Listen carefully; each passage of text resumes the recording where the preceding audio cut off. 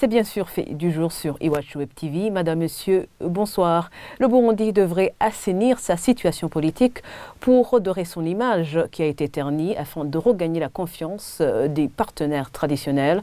Des propos tenus dans une conférence de presse animée ce matin par le président de la PARSEM sur le manque de carburant et d'électricité. Pour Faustin Ndikumana, plusieurs secteurs sont touchés par cette crise et c'est la population qui en pâtit. Il propose qu'il y ait notamment une demande au crédit d'urgence puisque selon lui, cette situation est due essentiellement au manque de devises. Le point avec Sheila Ilambon.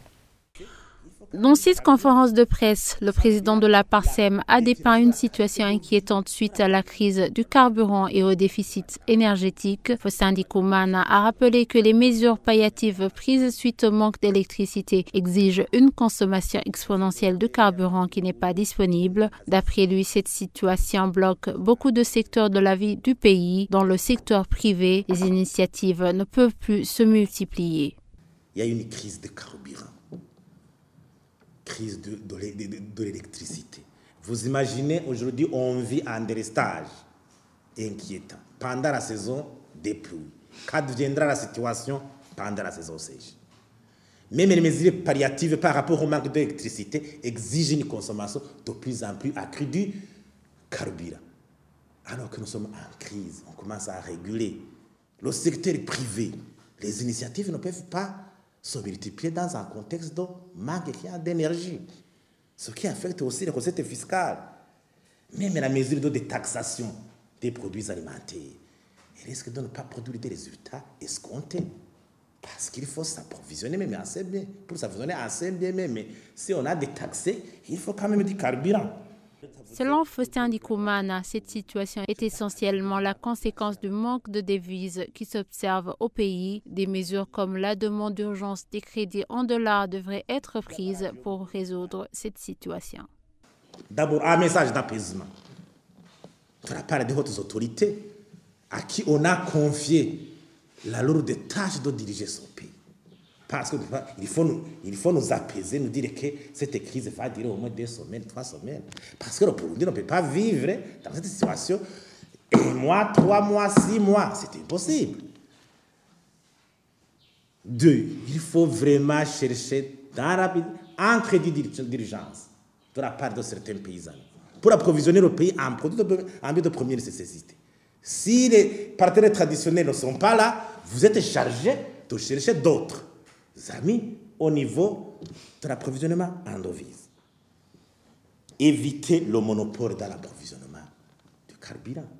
Il faut au moins 2 ou 3 sociétés qui approvisionnent le pays en produits stratégiques, aussi stratégiques comme le carburant. Il faut des mécanismes d'approvisionnement stables, sûrs, qui restent quand même un certain degré de concurrence pour ne pas permettre aux gens de spéculer dans un approvisionnement aussi délicat, un produit si stratégique pour notre pays.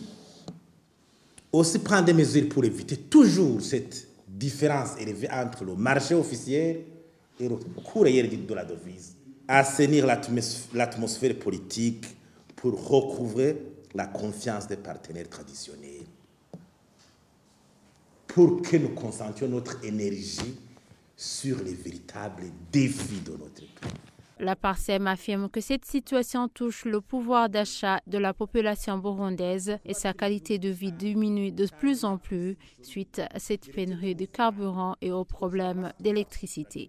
Et dans une conférence de presse tenue cette fois-ci dans l'après-midi, le ministre de l'Énergie et des Mines, comme Manila Kiza, a dit que cette pénurie de carburant est due à des problèmes techniques, mais sans plus de précision.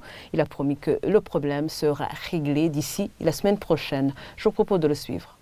Il y a eu des problèmes techniques et que le gouvernement s'attelle à pouvoir résoudre dans les plus brefs délais. Raison pour laquelle aujourd'hui je pourrais juste lancer un message juste à la population que la situation aujourd'hui va s'améliorer. Évidemment, ça va prendre un peu de temps pour que la situation redevienne à la normale, mais je vous dirais que dès le début de la semaine prochaine, il y aura beaucoup d'approvisionnement par rapport à ce qui se faisait ces derniers temps, juste dans le cadre de pouvoir avancer vers la normalisation de la situation. Et ce sont des propos recueillis par Dorine Niungeko. Et voilà, c'est ici que nous mettons fin à ce fait du jour de ce vendredi 19 mai 2017. Merci de l'avoir suivi.